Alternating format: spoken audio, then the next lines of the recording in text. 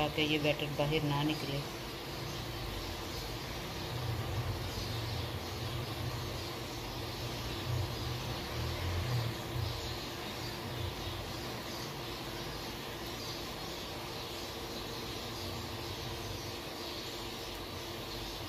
इसको फिर बेल लेंगे अच्छी तरह।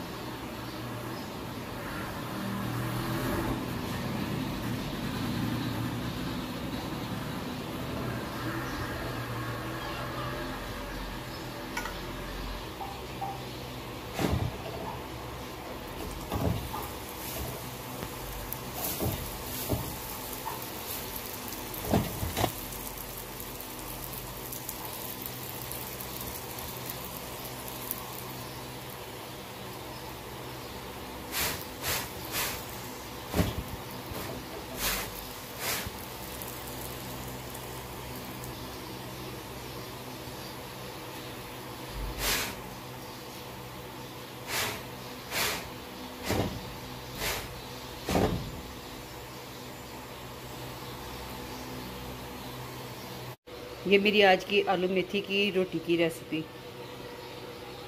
ये रोटी चेक करें, बहुत मज़े की, बहुत गर्मा गर्म।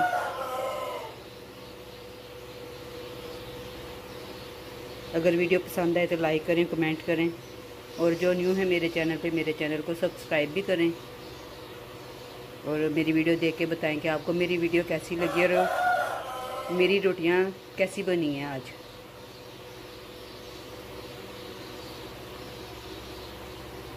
दुआओं में याद रखिएगा।